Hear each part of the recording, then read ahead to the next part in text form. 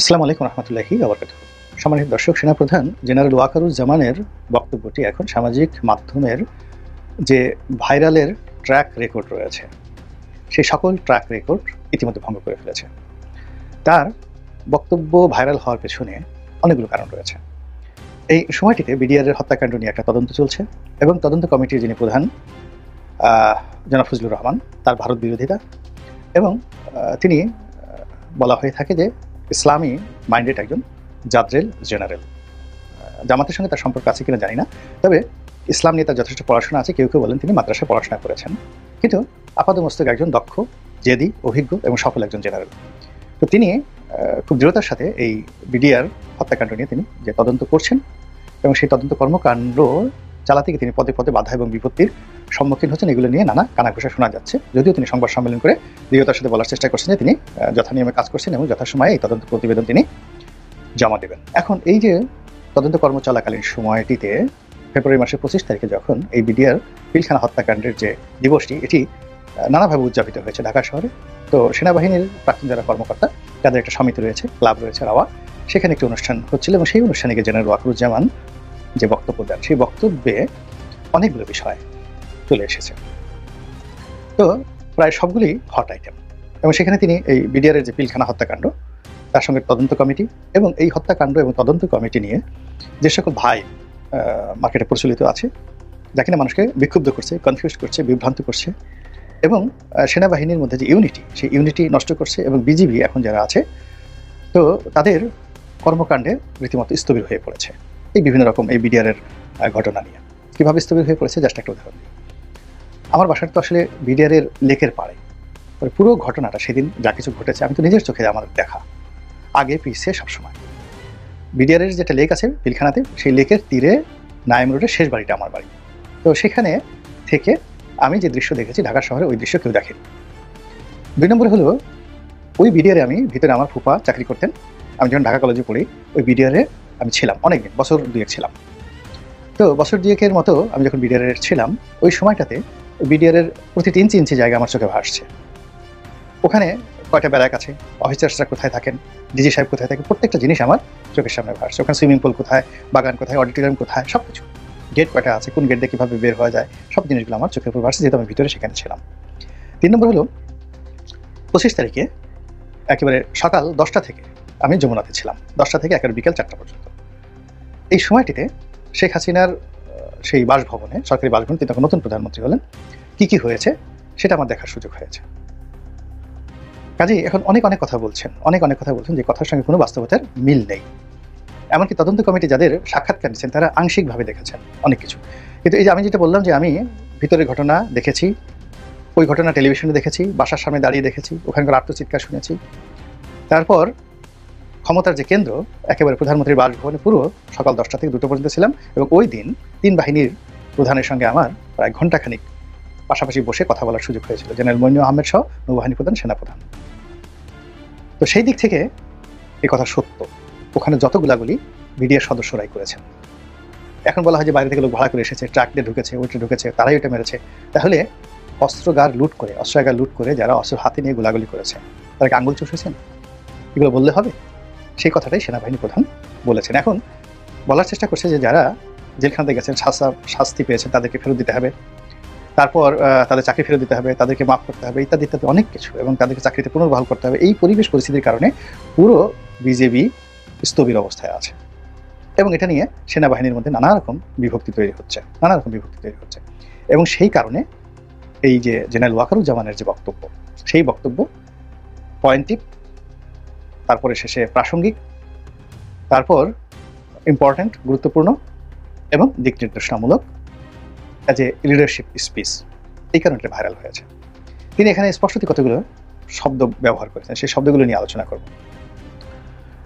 তিনি এই বিডিআরের হত্যাকাণ্ডের সঙ্গে সঙ্গে ডক্টর মোহাম্মদ ইউনূসের মনোভাব, তার কর্মকাণ্ড, তারপর সরকারের কর্মকাণ্ড, রাজনৈতিক দলগুলোর কর্মকাণ্ড, বাইরে যে মব হচ্ছে, আইনশৃঙ্খলার যে অবনতি, পুলিশের সঙ্গে সেনাবাহিনীর যে মনস্তাত্ত্বিক দূরত্ব, টোটাল প্রশাসন ব্যবস্থা যেভাবে ভেঙে পড়েছে, সেই প্রশাসন ব্যবস্থার মধ্যে সব যেখানে ভেঙে পড়েছে, সেখানে সেনাবাহিনীর চেইন অফ কমান্ড ঠিক রাখার জন্য তাকে কী পরিশ্রম করতে হচ্ছে এবং কী রকম বেদনা তাকে তাকে ভোগ করতে হচ্ছে, তা তিনি তার এই বক্তব্যের মাধ্যমে পরতে পরতে ফুটিয়ে তুলেছেন বললেই এটি মানে সামাজিক মাধ্যমের যে সার্চ ইঞ্জিন রয়েছে বা এগুলোকে ম্যাটেরিয়ালাইজ করার জন্য বা এগুলোকে ইভ্যালুয়েট করার জন্য যে সকল এআই টেকনোলজি রয়েছে সেখানে ওনার এই বক্তব্যটি ভাইরাল। এখন ভাইরাল মানে সংখ্যার দিকের কারণে ভাইরাল নয়, সমাজের যত গুরুত্বপূর্ণ জায়গাগুলো রয়েছে, যত জ্ঞানীগুণী ব্যক্তি রয়েছে, তারা এটা দেখছেন, কথা বলছেন, ভিডিও বানাচ্ছেন, আলোচনা করছেন, মূল্যায়ন করছেন। সব মিলিয়ে অ্যাজ এ হোল গত 8-10 বছরে কারো বক্তব্য নিয়ে এইরকম যাকে বলা হয় হই হই রই রই কাণ্ড, তোলপাড়, লঙ্কা কাণ্ড,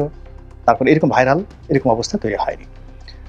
তো যেহেতু এটা ভাইরাল হয়ে পড়েছে, অবশ্যই তিনি এই কথাগুলো বলার জন্য তিনি প্রস্তুতি নিয়ে এসেছিলেন এবং তিনি মুখস্থ করে এসেছিলেন কোথায় কোন কথা বলতে হবে। এটা অটোমেটিক এই কথাগুলো হয়নি এবং এই কথাগুলো বলার জন্য তিনি অনেক দিন ধরে সুযোগ খুঁজছিলেন।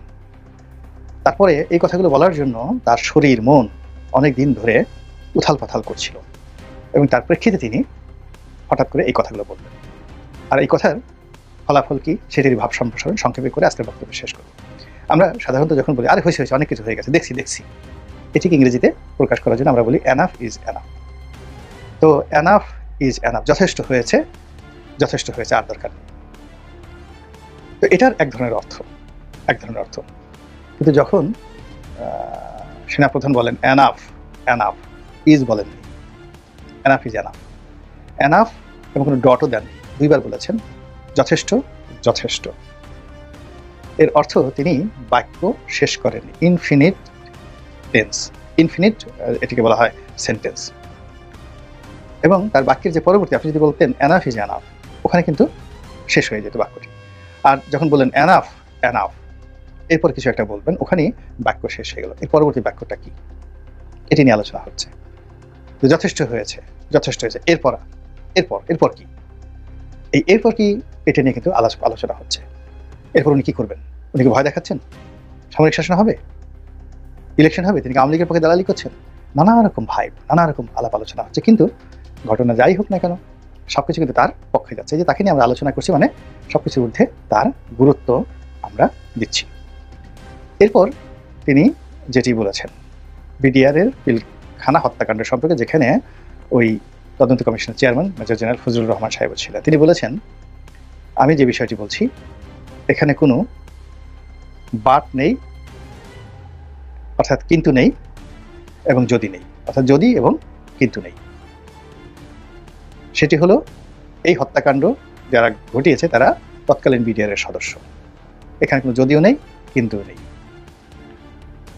ইফ এবং যাকে বলা হয় তো এই যে বাট, এই দুটো শব্দ এখানে নেই।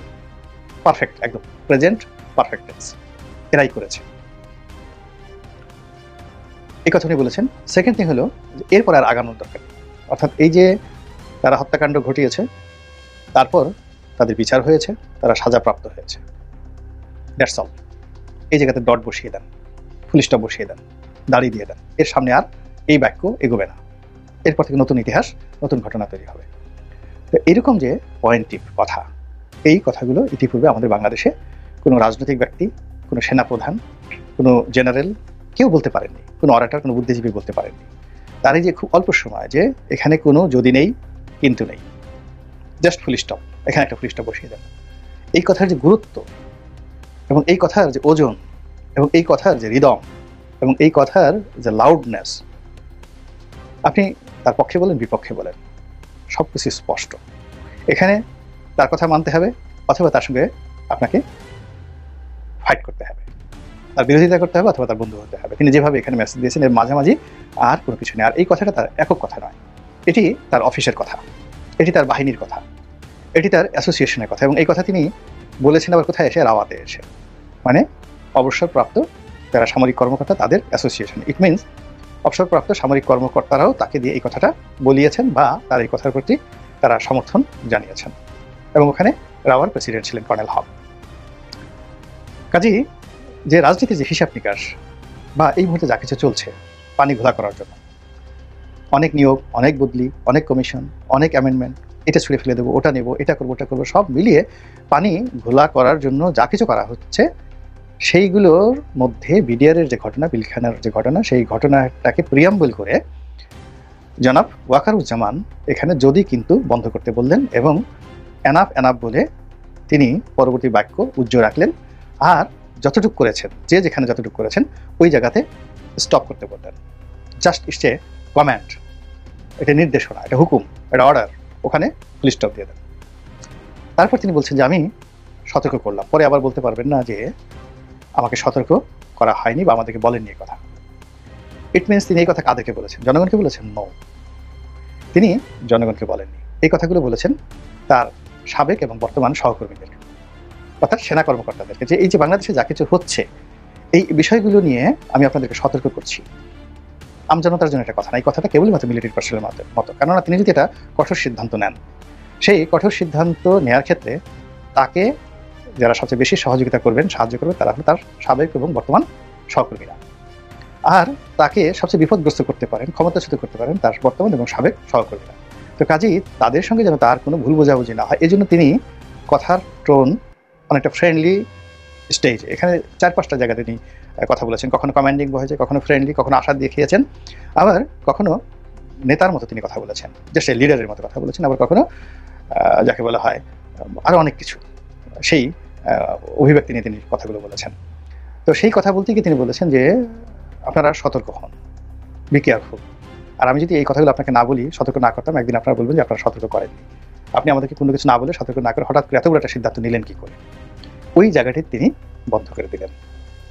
তারপর সিভিল সোসাইটিতে তাকে নিয়ে যে আলাপ আলোচনা হচ্ছে, সেটা হলো তিনি ডক্টর মোহাম্মদ ইউনূস সাহেবের সঙ্গে যে দেখা সাক্ষাৎ করেছেন, তিনি সেখানে বলেছেন যে ডক্টর ইউনূসের সঙ্গে বা ডক্টর ইউনূসের সঙ্গে আমার কথা হয়েছে। লোকজনের বক্তব্য, তিনি তো আন্ডার ডক্টর মোহাম্মদ ইউনূস, তিনি তো প্রতিরক্ষা মন্ত্রণালয়ের দায়িত্বে নিযুক্ত উপদেষ্টা, মানে প্রধানমন্ত্রীর দায়িত্ব প্রাপ্ত ব্যক্তি। আর ব্যক্তিত্ব দিক থেকে, বয়সের দিক থেকে তিনি প্রধানমন্ত্রী, সাবেক প্রধানমন্ত্রী শেখ হাসিনার চাইতেও অনেক সিনিয়র এবং আন্তর্জাতিকভাবে ফেমাস। যেখানে শেখ হাসিনাকে তিনি মাননীয় প্রধানমন্ত্রী বা মাননীয় শেখ হাসিনা এভাবে বলেন, তো সেখানে তিনি ডক্টর মোহাম্মদ ইউনূসকে নিয়ে কেবলই মাত্র কোনো বিশেষণ যোগ না করে কেবলমাত্র ইউনূস শব্দ বা ডক্টর ইউনূস বলেছেন, এটি নিয়ে সবাই বিতর্ক করার চেষ্টা করেছে। এর মধ্যে কিন্তু খেলতামশা আছে। খেলতামশা আছে, আপনি লক্ষ্য করবেন যে সম্মান পেতে হলে সম্মান দিতে হবে। এখন ডক্টর মোহাম্মদ ইউনূসের সঙ্গে ওয়াকারুজ্জামান সাহেবের একটা